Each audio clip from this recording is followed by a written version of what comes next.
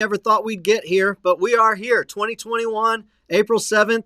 And Steve just announced he's coming out with a brand new rap album. So Steve, the hip hop bebop donkey DJ. That's what your nickname's going to be, DJ Donkey. Is that another cup of coffee?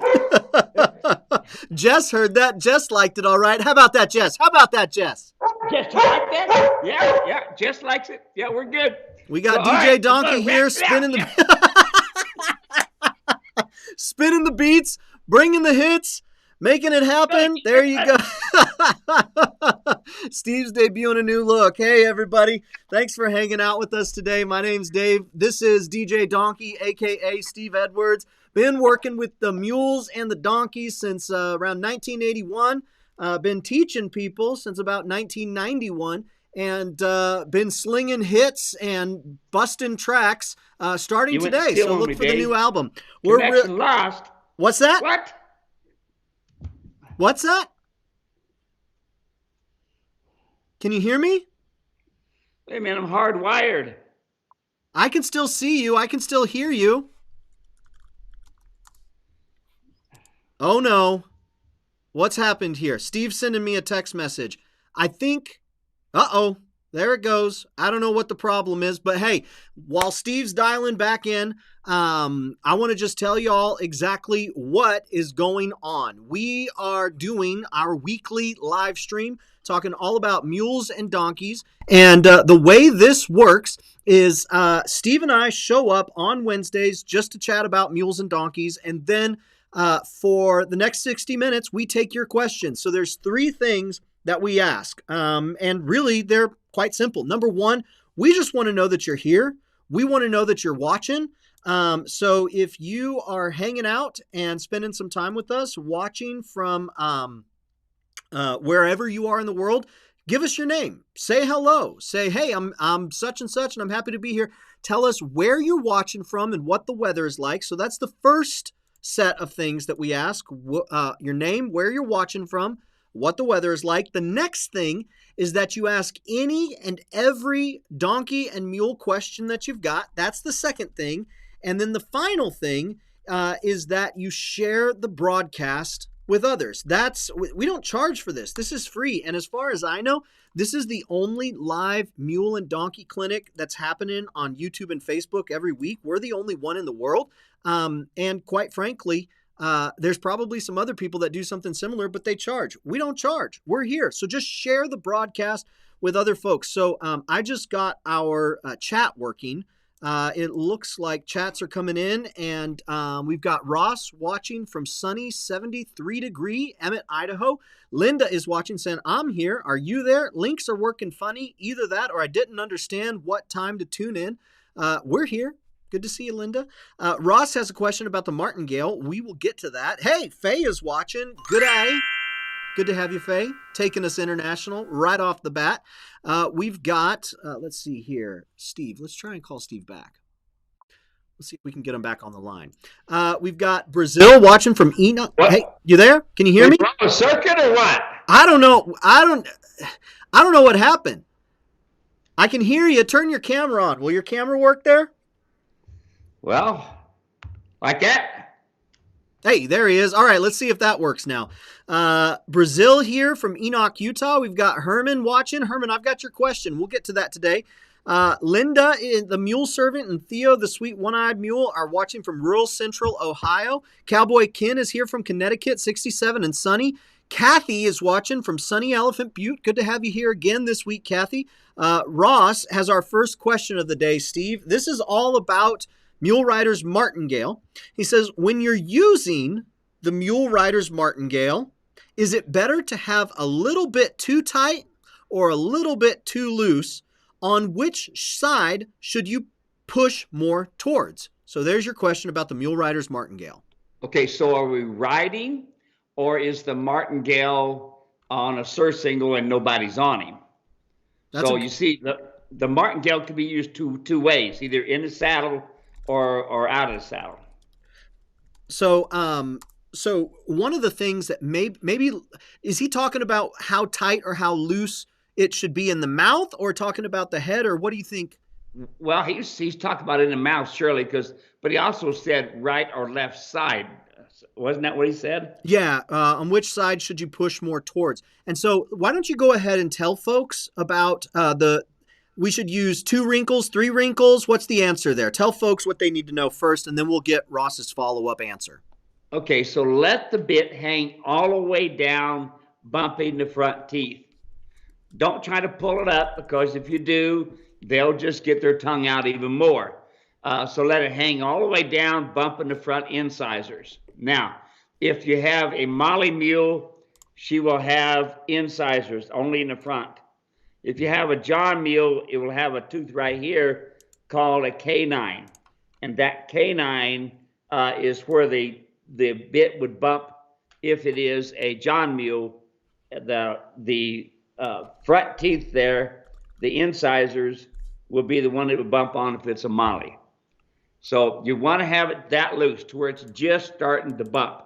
And folks, you can always take, with that beta, you can take your hole punch and punch a hole one place or the other. Awesome. All right, let's see here. I haven't gotten, Ross says the reins and the strap between the legs. Oh, the tightness between the reins and the strap between the legs. That's what he's emphasizing there. Yeah, just have a slight loop where it almost looks like a U. Okay, the rein itself is going to have, now the video that goes with it shows it exactly, and I talk about it. So you might want to go back and refresh yourself with that video, but let the bit hang down, and then the strap between the legs. Now that's going to also depend on this, Ross. It's going to depend on if your mule's head is really high or if it's low, as to how tight the tension is on the bottom. What we don't want to do, I'd always rather have it loose than tight, because here's the thing. As soon as you start making it tight, i.e. pulling, then the mule is always going to brace against you. So just set it loose enough to where the mule, here's a good general rule of thumb. If they can get their head down to get a bite of grass or to get their head down to sniff the ground, you need to tighten it up. He says yes, high. Okay. So you want to, yes, high, which means the head is high. So just go ahead and have it loose then. Okay, very good. Okay.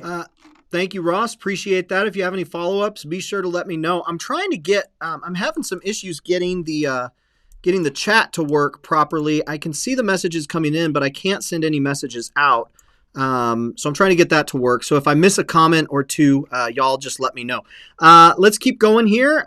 Jackie is watching from Placitas, New Mexico. It's 66 degrees and breezy here today. Love you guys. Thanks for the endless great info. You're welcome, Jackie. Herschel is watching from Callaway, Missouri. Raining and 60. Kiki is watching from warmer and sunny Southern Oregon. Hey, David Scholl is watching. Good day. He says good morning from all the way in Australia.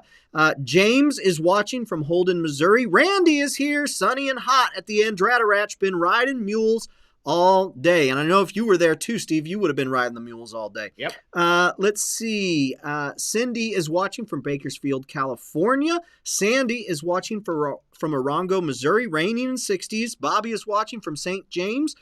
Brad is watching from Nanton, Alberta. There we go. International. Again, 3 internationals. That's great. Bobby says it's storming here. Sherman Johnson, Norman, Oklahoma, 62 and windy. Eileen is watching from Nebraska. Hope everyone is doing well. And let's see. Linda says, which chat is a problem? I got it working, Linda. It's working for me now the way that I need it to be working, and we're good to go. So I'm going to hop over to Herman's question. He sent in, he says, just a quick question for the weekly video. I'm wondering Steve's routine for fly masks. Do you put them on in the morning and take them off in the evening, or leave them on all the time? No, I put them on in the morning and take it off in the evening. Sure do. Fly mask is your best, folks.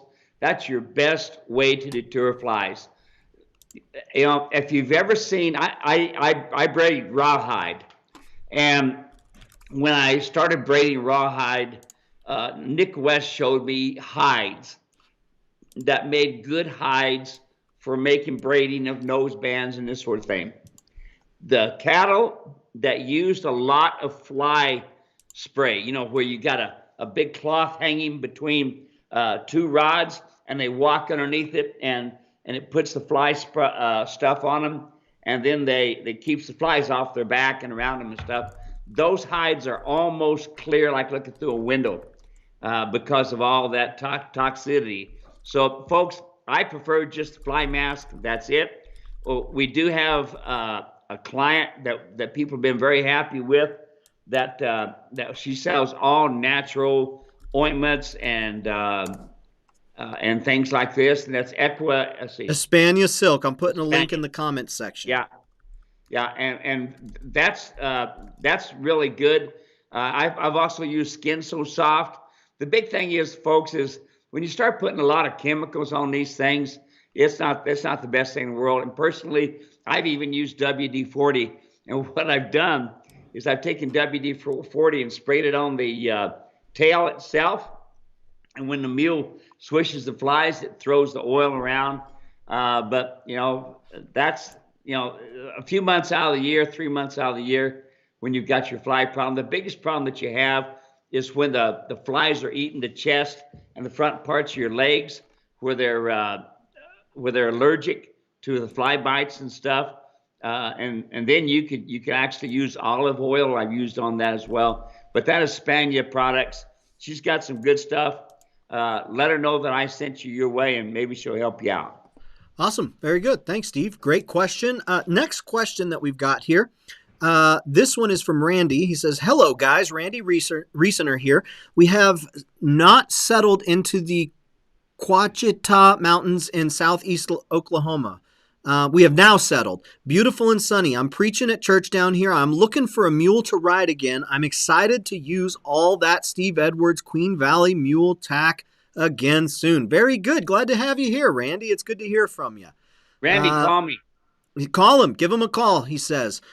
David Pingelli says, that's one good cup of coffee you got there, Steve. Great to see you guys. David is the brewer. Coffee by David. So I'm going to put a link in the comments right there. Y'all can get yourself a little bit of Come Along coffee. It's good. It's bold. It is, you can pick your heat, ask, tell, or demand. So it really is coffee that it's made to order. So I'm going to put Come Along coffee. Go ahead and get yourself a pound, have it sent out there. The next question that we got, this one comes from Bonnie.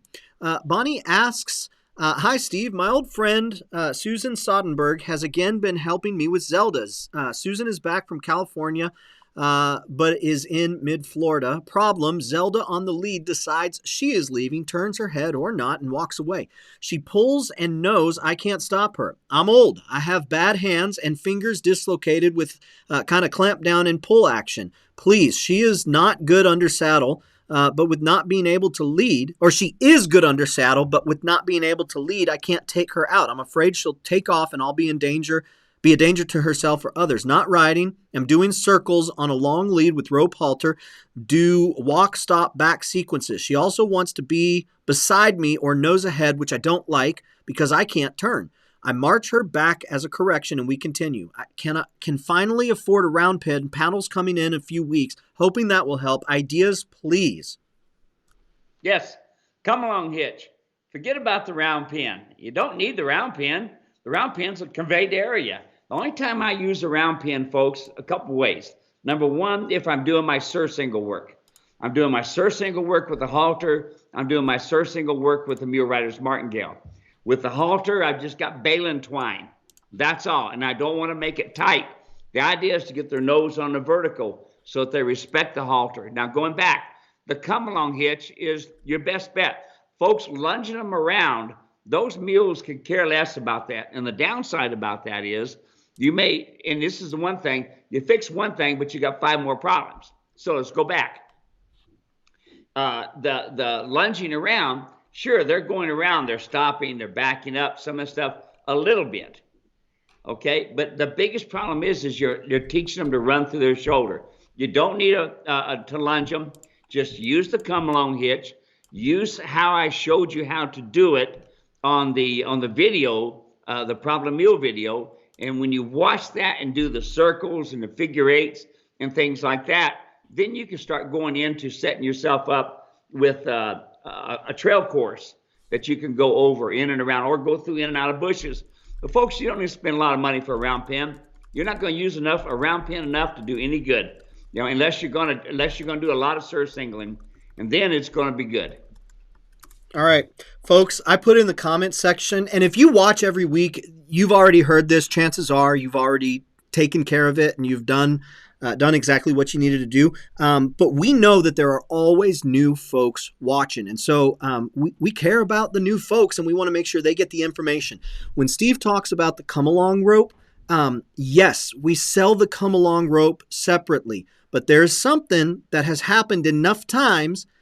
Two things, matter of fact. Number one, folks have called so many times asking for the come-along rope, a rope halter, and a video to go with it that we created a bundle. So we've got a bundle now called the Ground Foundation Starting Kit. It's happened so many times that folks say, okay, hey, I just got the come-along rope. I need to get the rope halter at the Problem Mule. Well, we put them in a bundle for a reason. We don't tell folks to buy anything except for the Ground Foundation Starting Kit. And so that's what we want you to do. If you don't have come-along rope, rope halter, Problem Mule video, and you want to begin to train and get results, you need to purchase all 3 items. It's probably one of the least expensive things you'll ever buy that provides the greatest value you could ever get. And that is the come-along rope, rope halter, Problem Mule video in the Mule Foundation, Ground Foundation Starting Kit. So I put a link in the comment section.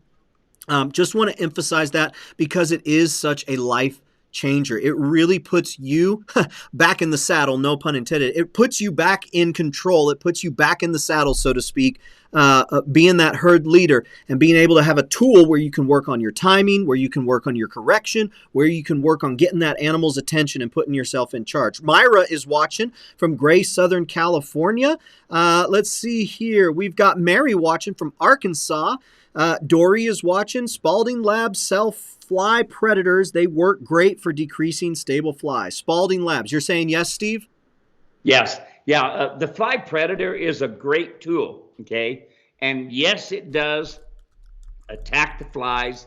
Yes, it does eat the larvae. But here's the problem. All right. If your other neighbors around are not using it as well, then your neighbor's flies start coming over. And you may keep your area cleaned out, but your other neighbors are not. It's, in other words, you're kind of fighting yourself.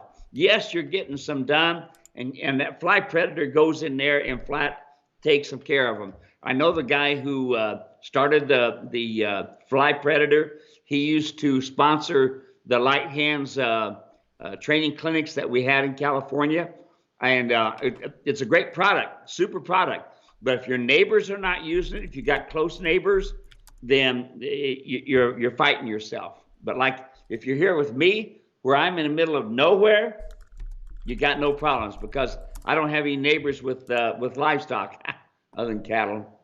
There we go.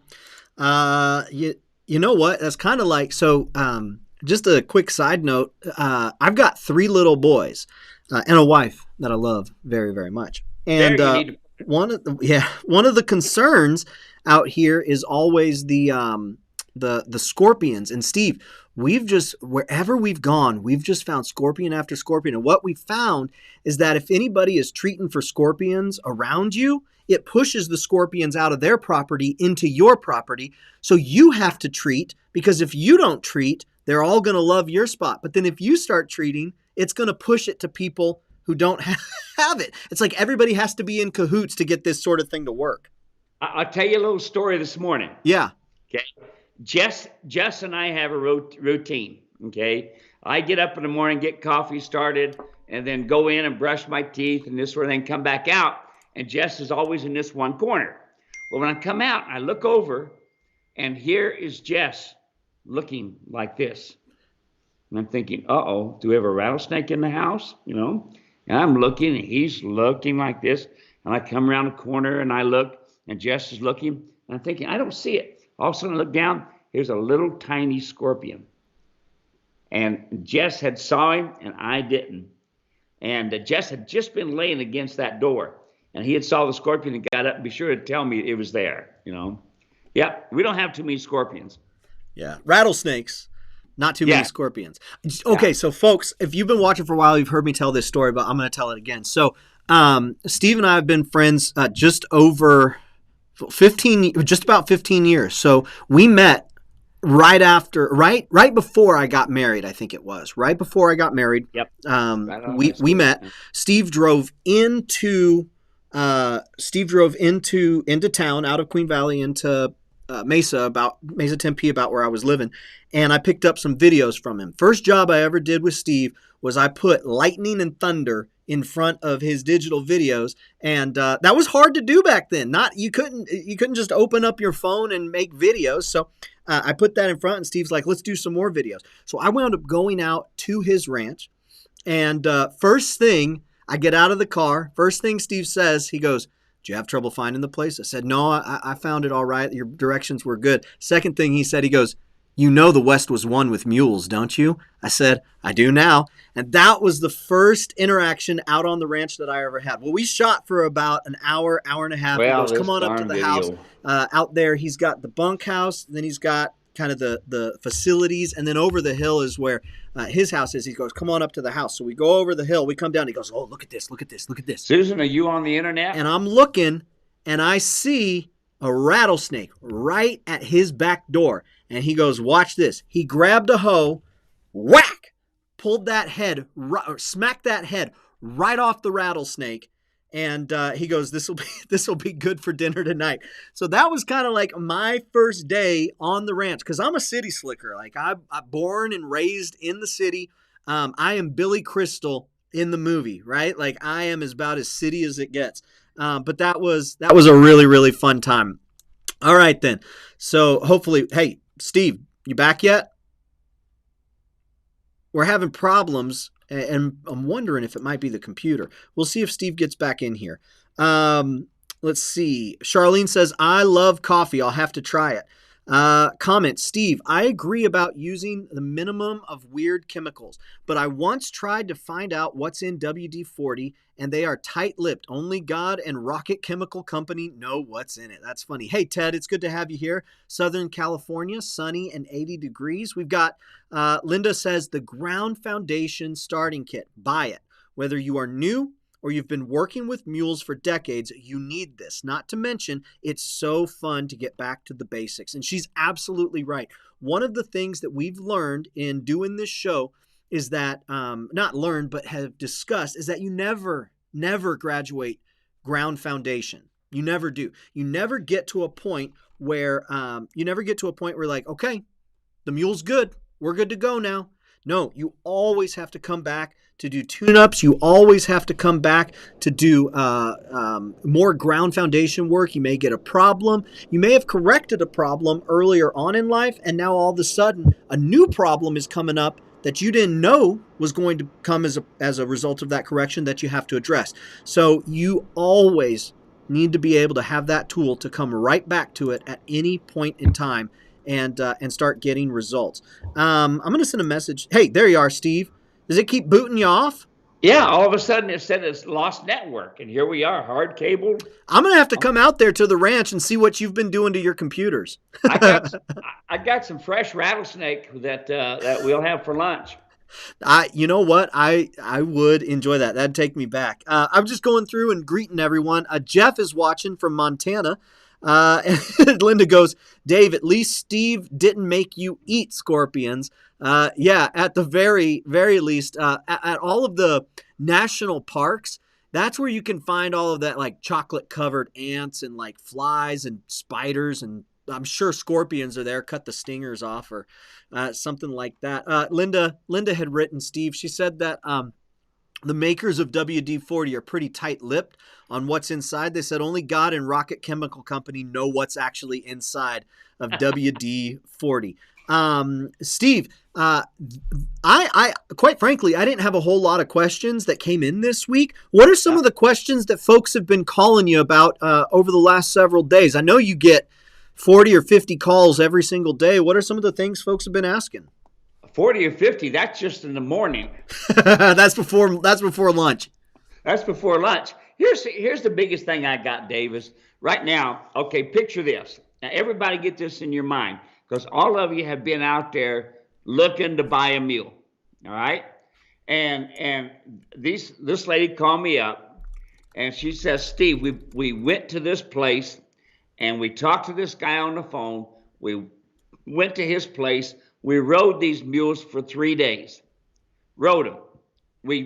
The guy, we buy some saddles from him too, that he said worked on these mules, and the bits that he said worked on these mules, and everything was good, you know. So we put him in a trailer, and we go from this state to where they live now. And she called me up, and she says, Steve, this mule just ran off with my husband. He couldn't stop him or anything. I said, oh my, that sounds kind of normal. You know, what do you mean? Well, here's the problem, folks. All you did was ride them, and you got one in behind the other, and you just did trail riding. That is not riding, okay? Riding in a 10-foot circle. Turn on the forehand, turn on the hindquarters, side pass, back up, go forward 2 steps, stop. You got the idea? That is riding. Trail riding, one in behind the other, is called sitting. Now, they do that naturally. That is natural. That is natural way that equine are used to going. One in behind the other. The front mule is the lead. Let's call him Charlie, okay? Now, here's Charlie. Charlie is just riding along, ears straight up. Charlie's looking. All the other mules and their horses, the ears are flopping, and they're going down the road. Why is that? Charlie's got everything under control. Charlie's the leader. He's up in front. He sees no monsters. Well, as long as Charlie's going along good, we didn't got nothing to worry about. So we're just jigging along, looking for a bite of grass here and there. This person on their back is just sitting up there, eye googling around. All of a sudden, Charlie goes, hey, wait a minute. Ears go straight up and looking around. And all of a sudden, Charlie, what's going on, Charlie? What's going on? Everybody's get worried, okay? And what was the deal? Well, Charlie is in charge. He is the herd leader. You're not the herd leader up there. You're just googling around, looking around, and I understand. Fine. But when you are riding a mule, you got to ride. You take them away from the rest of the other animals. You stop, you turn. You do all this stuff before you go out on the trail. And following one in behind the other, or maybe just going out, here and there. No, folks. That is not riding, okay? So, and this is not the only one, okay? It happens all the time. I had a lady call me a day. Hey, folks, everybody wants to know where to buy the perfect mule. She said, I don't want a mule that's spooky. And I said, they can go buy a bicycle. And what do you mean by that? Well, listen, they all buck, they all bite, they all run off. Listen, folks, they do that. That's what they do. All of them are spooky. Some of them are a little quieter than the others, a rare one. But listen, if they believe that their life is in danger, spooky city, here we come. They're going to take off running, okay? Now, if they're really running, it's kind of like this, go back to this lady's husband. What was happening, all right? The saddle, horse saddle, that was supposed to fit the mule, was banging on the scapula. You can bet on it, okay? If she sends me a picture, I'll be able to see everything. The other thing is, she says, here's the bit. The bit was what the guy's been using for a couple years. And I said, all right, is he really using it? Is the nose on the vertical? Hear that, folks? Is the nose on the vertical? Is the head down? If the nose isn't on the vertical and the head isn't down, that mule don't care about that bit. But, I'm making my turns and my stops. Oh, yeah? Is the nose on the vertical? Get that in your mind. If the nose is on the vertical, the mule is listening to the bit. If the nose is not on the vertical and the head isn't down, sure, you're making your turns. Sure, you're making your stops. But one day when that mule wants to grab his butt and take off, like you were saying, Dave, you were saying, you got one thing going, but you got 5 more things you're making a mess of. Yeah. All right? Now, the lady says to me, I want to get a bridle, but I want the one that snaps in behind the ears. And I said, why? She says, because this mule's ear shy. And I said, do you know why it's ear shy? Well, no, I just figured somebody eared him down. No. Folks, what they did was they put the bridle on pre-adjusted. So we kept bumping them out, bumping them out, bumping them out. And pretty soon the mouth is really sore, especially the upper corner. And you go to put the ear on and the mule throws his head to keep you from pulling against his mouth. Put the bridle on loose. Let them pick it up and pack it, and they will show you where they like it their best. Okay? Now, we got a mule we're working with right now. That tongue is out all the time. Okay? Why is that? Well, for one thing, the bit that they were using had copper on it. And anytime you have copper, it creates a type of static electricity. I learned from an old veterinarian. Okay? And some mules it's worse than others. And then that copper creates a bad taste and stuff. And these mules, they don't have nothing to do with it. So you have to start all over again. So you get the teeth done, all right? And you get the chiropractic done, and then go ride it. Did you get a vet check when you bought the mule? That's important. Get a vet check. Now, especially if you don't know anything about the mule, have them vet check that scapula, okay? You don't know that the scapula's not damaged. If they're using a horse saddle without a breeching, you can bet it's been banging on that scapula. Look, folks, when you go to buy a mule, don't go buying a mule when you just see it go up and down the road.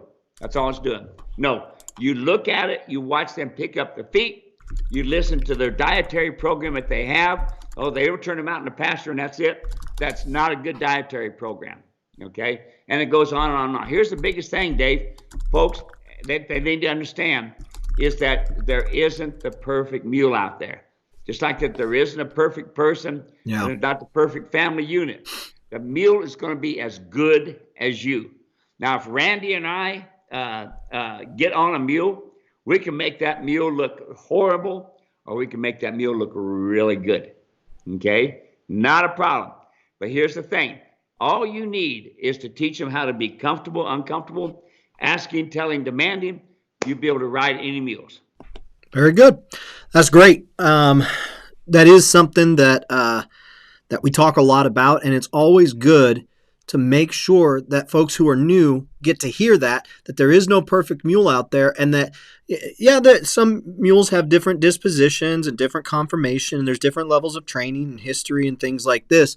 But for the most part, everybody's starting in the same place, and it really comes down to educating yourself. Steve, I got a question here that came in on YouTube in one of our previous episodes. This one's from Flo. Says, is there a behavior difference between horses, mules, and burros? Is there behavior differences? Oh, yeah. Night and day. You bet. Night and day difference. Okay, donkey, very sullen, very quiet, kind of, you think, hello, is there anybody in there? Because he's just kind of sitting there nice and quiet. Hello, and donkey's just kind of sitting there. And the mule is a little bit more watchy, and the horse is in Never Never Land, Yes, night and day difference. Listen, folks, these donkeys have become really awesome.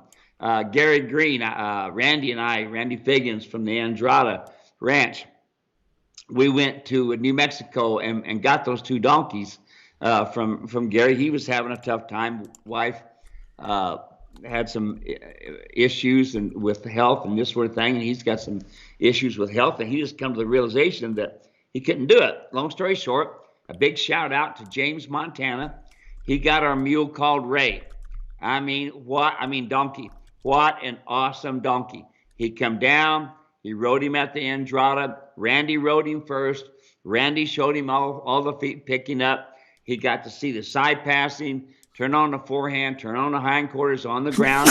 He got to see all that stuff that you hear me talk about, Now, here's the thing.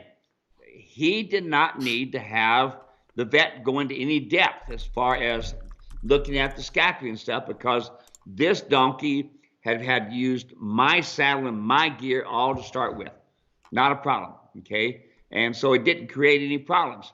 And then the other donkey that we got is going to be going out to a guy by the name of AJ in Colorado, and he's going to be going home next Saturday. So I don't sell mules and donkeys, folks, but this deal here, I just kind of want to help out a fellow mule and donkey person, and it was a pretty easy thing to do. But it's That was a lot of fun. That's why I'm wearing Donkey's hat today, to say yay donkeys. There we go. Yay donkeys. DJ Donkey coming to you live. I wanted to take a moment. Last week, I shared that over on our Google page, we ask people to leave reviews on the Queen Valley Mule Ranch store regularly. And that's really for the benefit of folks who either don't know Steve, don't know Steve well, haven't seen Steve, haven't gotten to use any of his tack or equipment or training. That's so that those folks can see that other folks just like them can get out there and get results. We love those reviews. It really instills a lot of confidence in new people to be able to go out there and just experience the time of their life with these amazing animals. So that's really where we focus asking for reviews. However, we did get a few reviews on our Google page just from some folks who, probably coming from a point of not really knowing animals, not really respecting the power and the wildness that's inside of equine. And, I'd like to think that they're doing it out of good, but quite frankly, the feedback would be very damaging and possibly unsafe if people were to go out and train like some of the other folks were saying. That said, I just wanted to review a couple comments that came in from folks after we asked them to just leave an honest review if they've worked with you, Steve. Jackie said, I had the pleasure of attending a Queen Valley Mule Ranch clinic recently. I learned so much about the proper, humane, and effective handling of mules from Steve Edwards. He emphasizes patience and consistency. I have worked with other trainers in the past, and they clearly did not know how to advise people on how to keep themselves and their mules safe. I continue to listen to Steve's weekly show and am grateful for all of the new and helpful information that he shares. Thanks, Steve. I thought that was great. That was followed up by an awesome comment from Ted. He says, my first mule is a Belgium draft John mule, Sam Mule. He didn't come with a lot of history.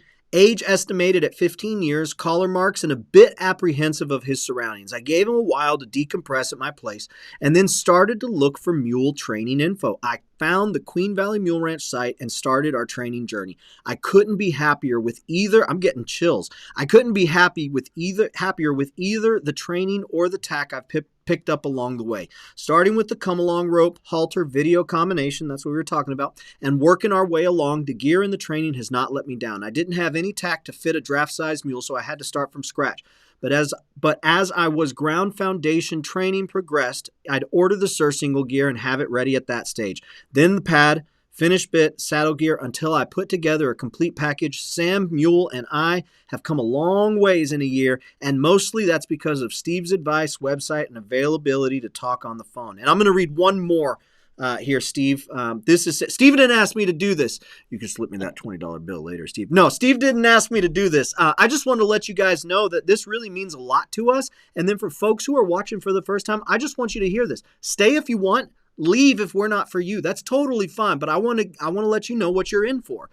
Cindy said, great mule info, provided free of charge for the good of the mule. His methods are humane and really work. Also gives the opportunity to buy quality tack and tools made specifically for the mule. He will also speak personally to you anytime on the phone. Thank you, Dave and Steve. So this is really good stuff. And if y'all would like to leave a comment, and we're only asking folks who have actually purchased and worked with Steve. If you're brand new, please don't leave a comment because we want it to come from the heart. We want it to come so that other folks can trust when they see it that hey, this is a good investment of your time and energy.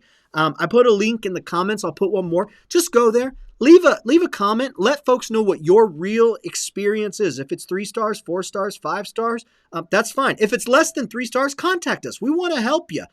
We really want to know what we can do to get you into the saddle and getting results. So that said, I'll post a link here in a second. Let's see here. Astra says, I've learned a lot from watching the importance of having the right bit. That was a webinar we did. Ordered my new halter and headstall and bit from you. I noticed the headstall didn't have a noseband. I guess that's normal. Also, is there a lead rope you'd recommend or would not recommend? Thank you. That one's from Astra. Okay, so noseband is not important on my bits and my bridles and this sort of thing. And I especially don't use cavesons where you close the mouth shut, okay? I don't do that. The rope is going to depend on what you're going to do.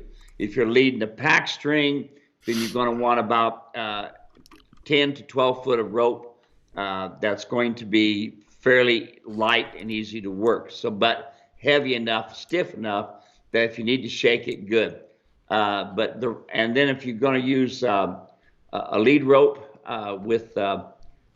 for just leading, you can use a 4 to 6 foot. It really depends on what you want. But I don't use snaps. I don't like the idea of it rolling back and forth and making their nose sore. But the rope all depends on the individual. That's one of the reasons I don't have a rope that goes with my halter, because you got the halter, the rope is going to be according to your need. Awesome. Very good. Great question. Thank you, Astra. Abby is watching, 43 and cloudy in the UP of Michigan. Upers. Spring peepers are finally out in full force. Lamar is watching. Hi, Steve and Dave. Lamar here, 67 and sunny, Price, Utah. Familiar me a little bit about communicating my mules using legs. What does it mean to communicate using your legs? And I'm assuming that's in the saddle, not walking around beside and trying to like hop up and like shimmy yourself up there to communicate. I'm assuming we're talking in the saddle. You bet. So, let's just say you're sitting in the saddle.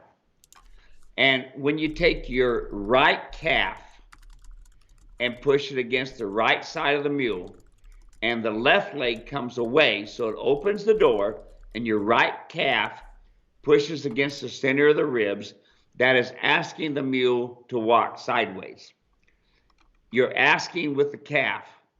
You're telling with the side of the stirrup. You're demanding with the spur. And always remember that when you make it uncomfortable on one side, you need to pull your leg away or move your hand away on the off side, okay? So that's in general. You ask your calf as you're asking, side of your stirrup is telling, your spur is demanding. Okay? Now let me make another suggestion here, Dave. We talked about things to do. I ran into a dentist that was all show and no go.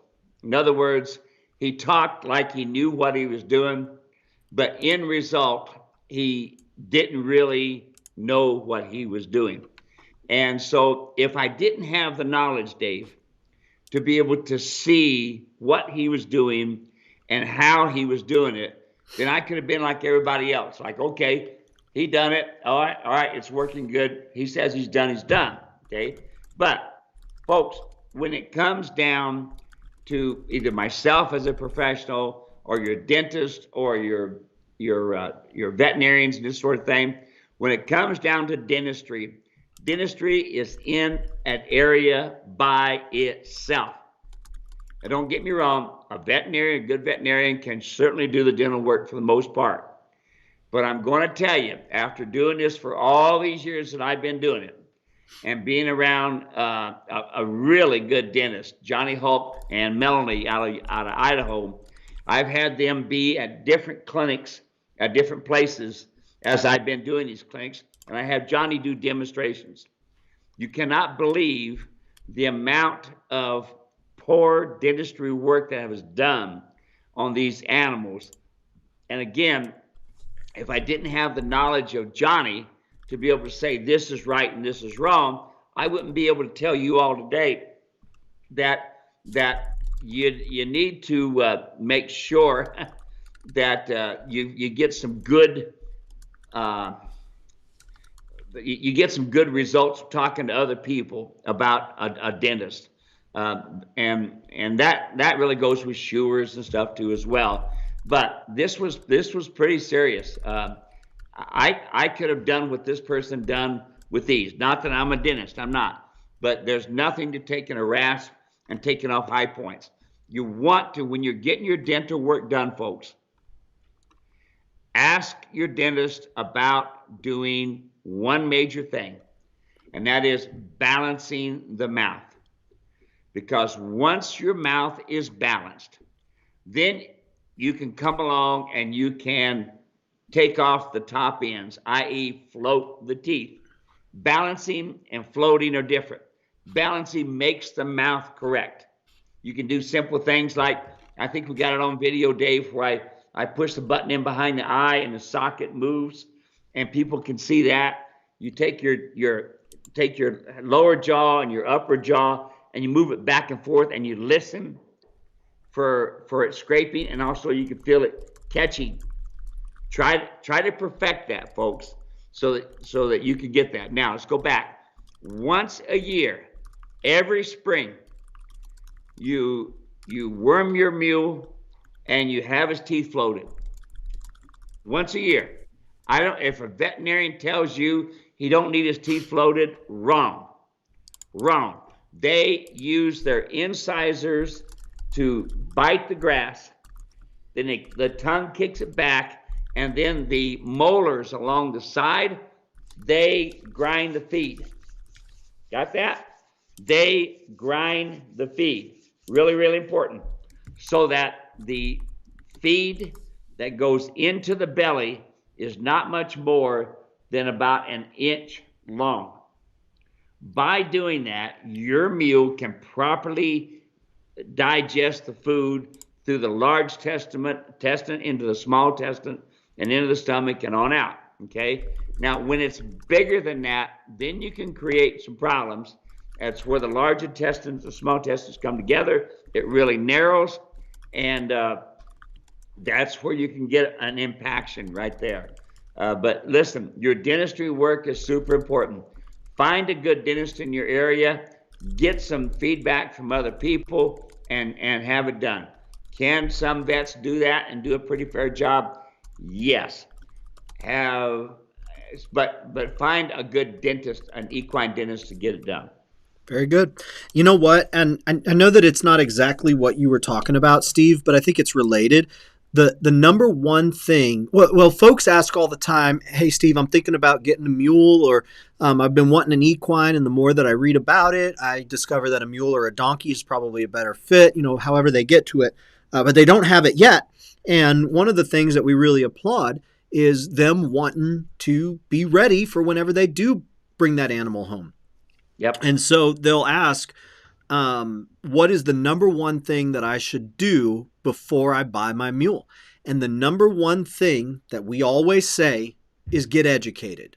Learn as much as you can, know as much as you can, read as much as you can, ask as many questions as you can, because like you were saying, if you don't do that, then you won't know.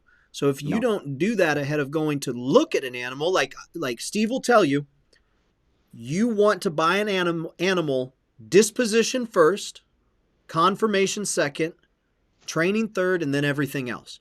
But if you don't know that, like if you don't hear that, you'll just go and you'll say, oh, he followed that. The mule followed the horse real well. I sat in the saddle and didn't run off. This must be good. Well, the mule is naturally going to follow the horse. They're subservient to the horse. So they're going to find their place in the pecking order. And of course, it's going to be a great ride.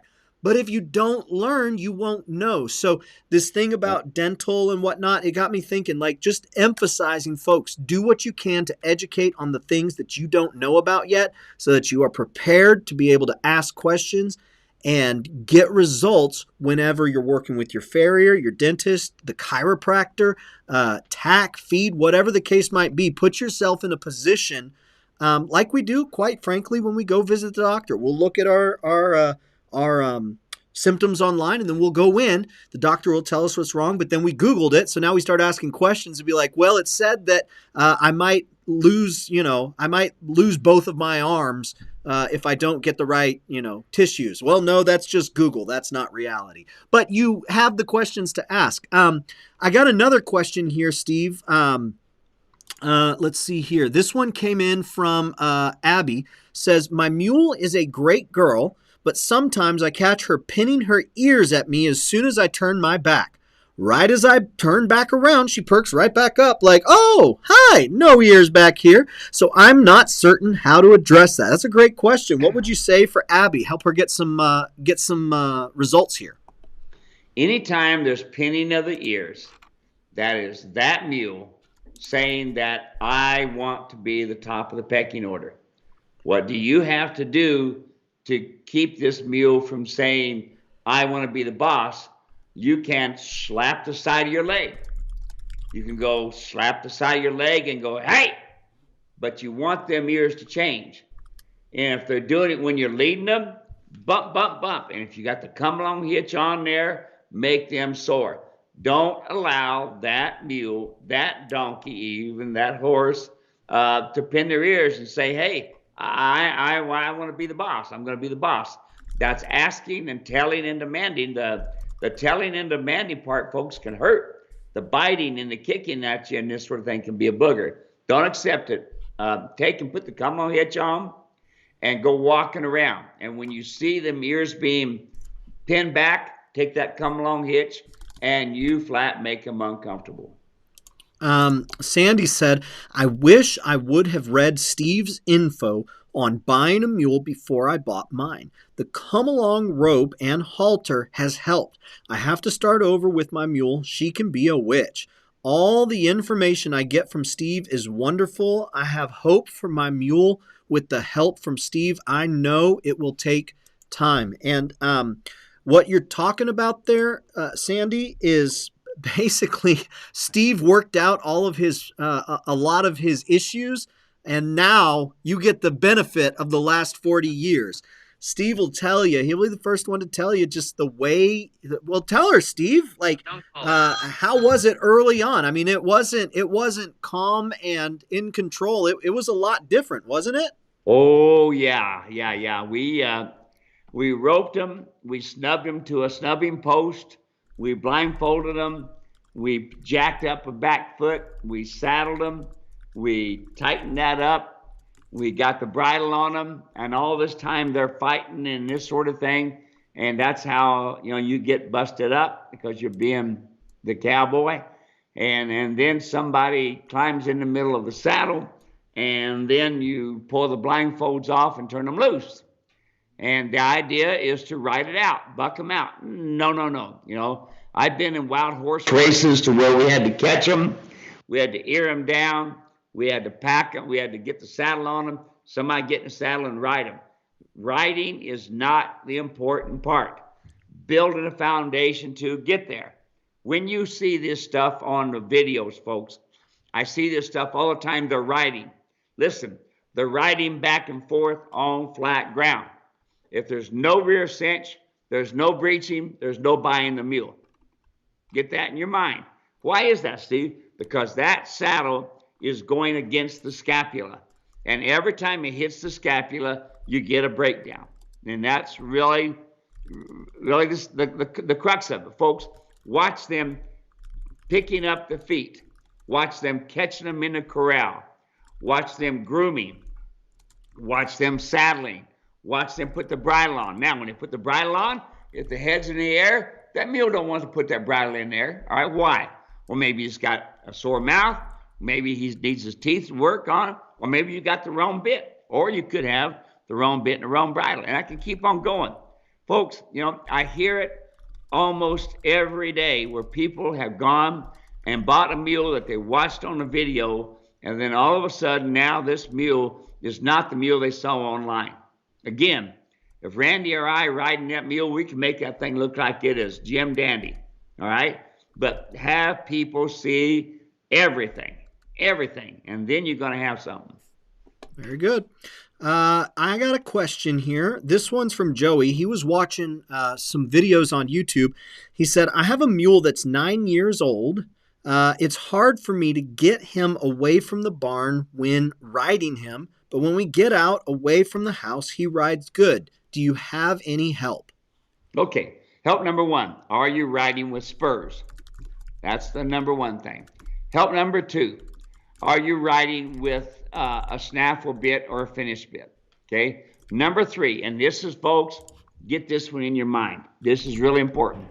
When you come back from a ride, don't just pull the saddle off and throw them in the corral. That is the very beginnings of teaching one to be barn sour. Why do they want to leave when they got it made at that corral? There's the water, there's the feed. They don't have to do anything. Sounds like a Democrat, doesn't it? So anyway, or a teenager. Anyway, let's go back to this deal. Okay, folks, you must ride in spurs. Ask with your calf, tell with the side of your stirrup, and demand with your spurs. My spurs don't come off my saddle, off my boots. They stay on there all the time. That's what they do. And you got to have them, because here's the deal. They say right here at the corrals, I'm the most comfortable. Don't have to do nothing. Don't have to move around. But here, let's make this spot uncomfortable and let's go forward. How do I do that?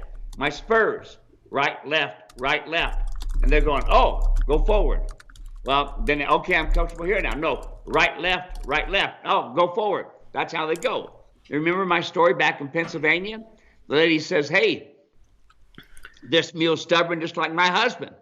I said, all right, show me. So she rides out a little ways. The mule turns around and comes back.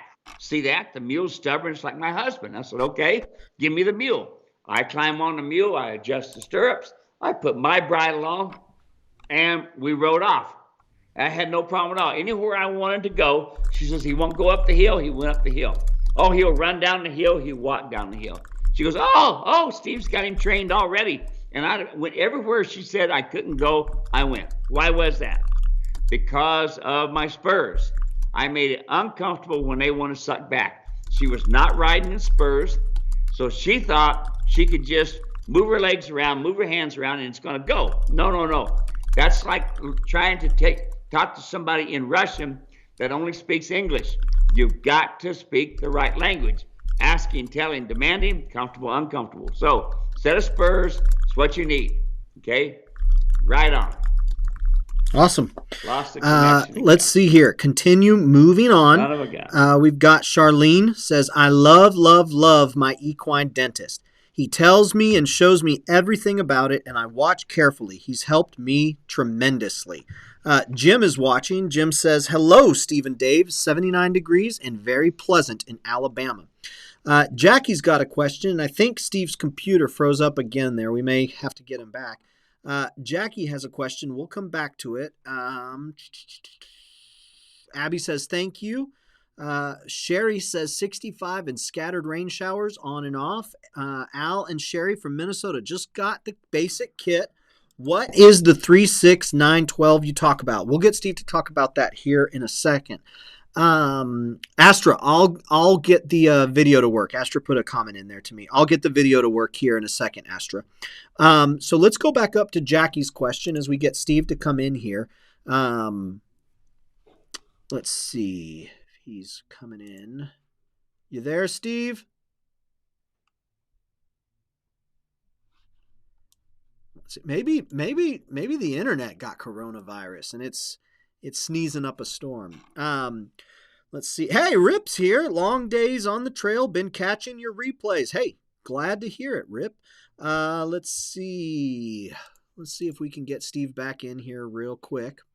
While we're waiting for Steve to come back in, one thing I just want to... You there, Steve? Yeah, here we are. Who knows what's happening? We'll take a look after we're done here. We got... Oh, my goodness. Now that was me. Oops. I was going to a new window and I accidentally hit quit. All right, let's see here. Whoopsie daisies. Thanks for hanging on with us, guys. I can't believe that. I can't believe I did that.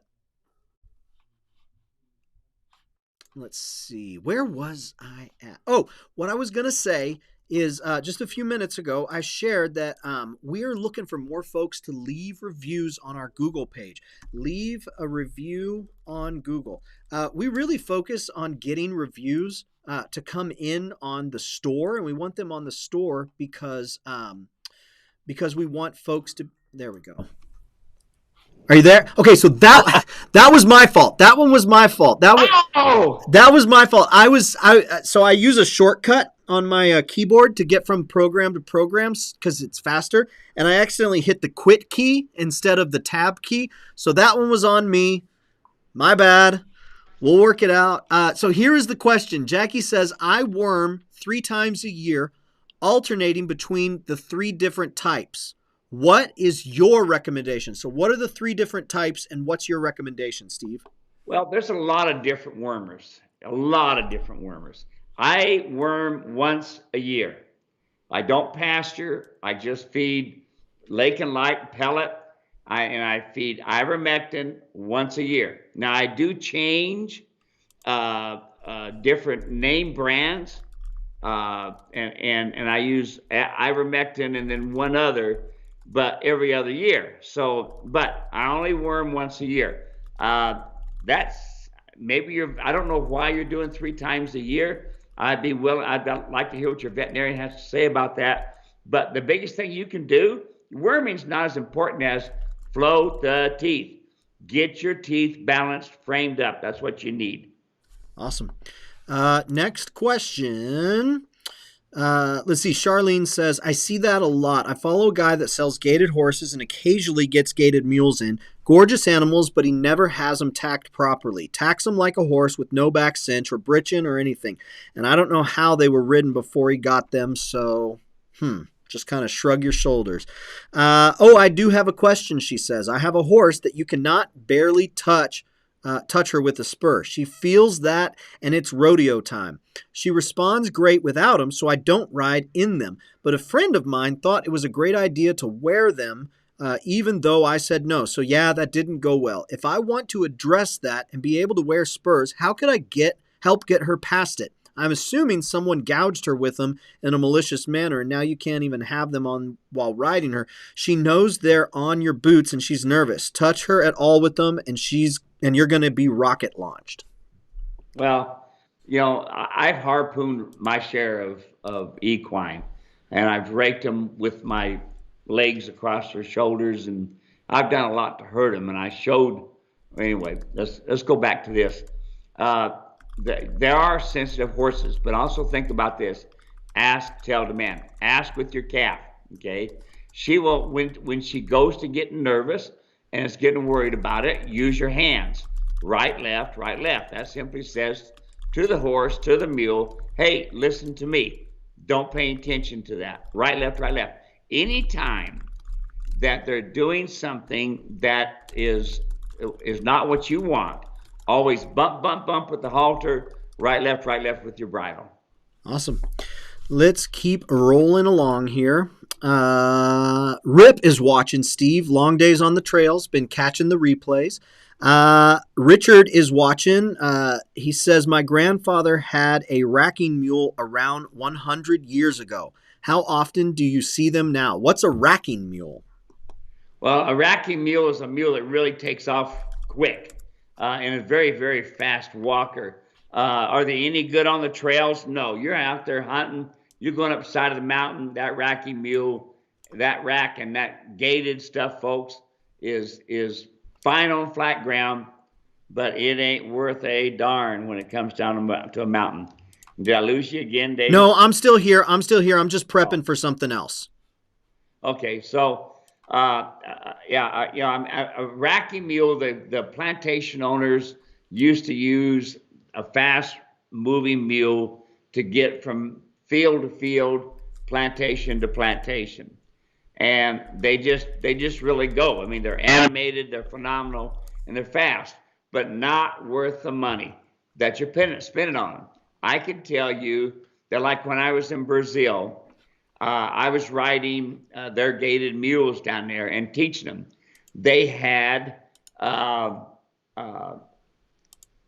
their horses that they were breeding with was Magalita Macedoras, which is very similar to our foxtrotter horses. And they used a jack that was from South Africa called a pega donkey. And animated, that pega donkey was fast, racking, good. The mules were very fast walking, but here's the thing. All they could do is go fast down the road.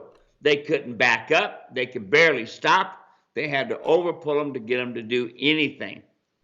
And it's all well and good, folks, to have a fast walking mule, but you can only trail ride to the lowest common denominator, which I mean is, if I had some person in a saddle that have never ridden, then the leader of the trail ride needs to ride slow enough that that person feels comfortable. If everybody's racking and going off and this person is scared the whole time, that's not very comfortable for them. You should be riding to the one with the least experience. And that's the nice thing about knowing how to ride. That's really important. Awesome. So I've got a video from Astra that I'm trying to get to play. Let me see if I can get this to work here real quick, Steve. Okay. Let me do. All right. Can you see that there? Yep. All right. Of course, now that I've got that up, I'm trying to remember what the question was. So go ahead and watch that there for a second, and I'll get the question. Astra sent this in. She was the one that had the question about the bridle and the brow bands and everything. I think she was asking about ground foundation. Do you see anything, while I'm looking for the exact question, do you see anything here that is of concern or anything that's worth making a comment on for her benefit? Yeah, I see the rider just kind of riding along, just kind of easy. The toes are down and the heels are up. So he's just setting the saddle. He's not riding the saddle. His hands are low. There are times that the mule's head is elevated, like right there, and the nose is sticking out. That means the mule has a hold of the bridle. And so we keep on going as the mule is going around, and we see that the nose is sticking out. Yes, the ears are floppy, but look there. See the nose sticking out? The reins should not be tight. Well, there she dropped her head and got her nose on the vertical. Now she elevated her head. Now he should be same with his hands, right, left, nose come on a vertical. Head, get your head down, okay? So basically you can see with his heels up and his toes down, he's just setting the saddle and rather than riding in the animal. Folks, when you ride, heels down, toes up, that makes you set down in the saddle and correct. Now, then this person's got his hands down, really nice, that's nice. Riding along comfortable, that's nice. But look, the mule's not paying attention to him there. See that? Oh, now the mule's paying attention to him. See the nose on vertical, now the head's back up, nose is sticking out, so the mule's not paying attention to him. The head's got to be down, folks, nose on the vertical.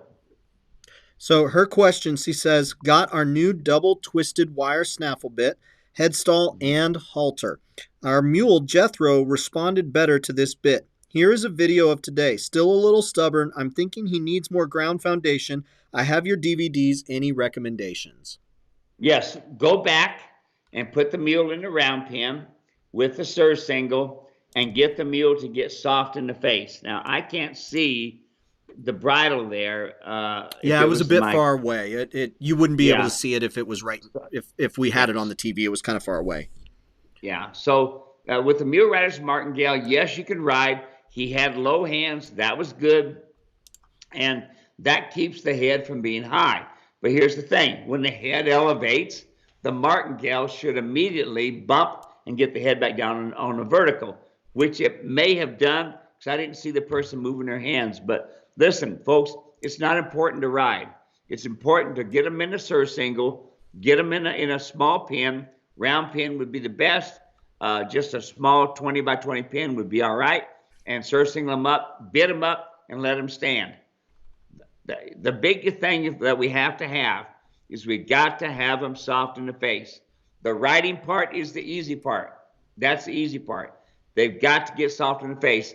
And they can do that the best and the easiest without you on them, setting up the surcingle, just like it says in the video.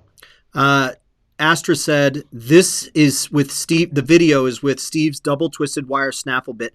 The mule is doing a lot better with that one than with the smooth snaffle bit in the last video. So let's see here. Richard says, thanks for the great informative answer.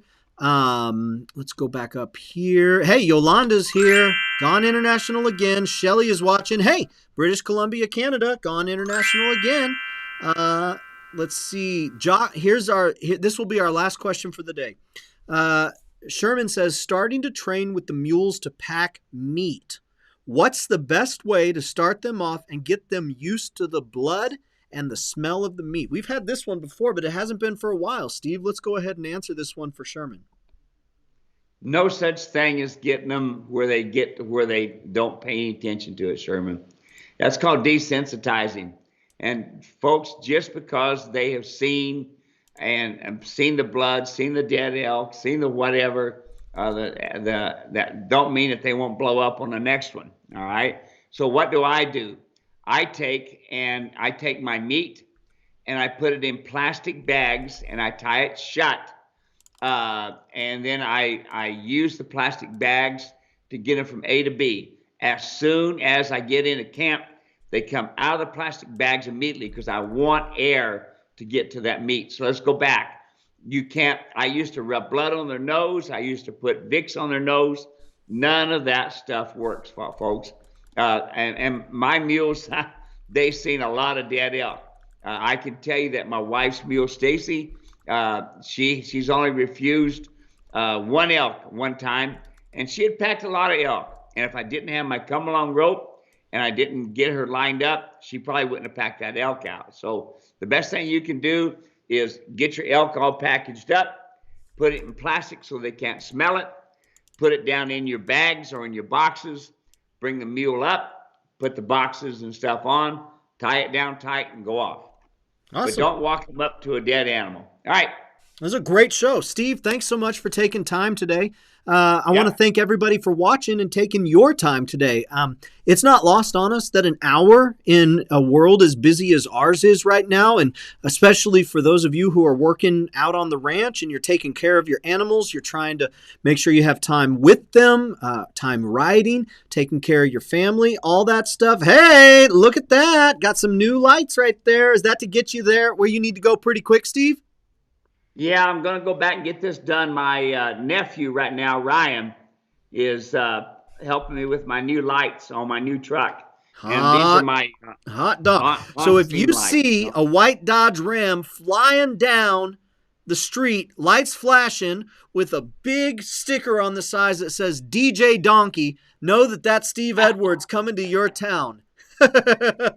Hey, I got the cable. We were hooked up good. Maybe we'll do better next time. We'll take a look as soon as we finish. We'll take a look here. Thanks everybody for hanging out with us. Really appreciate it. It was good to have you. We'll see you next week, and until then, God bless. See you, Steve. Yep. Great questions.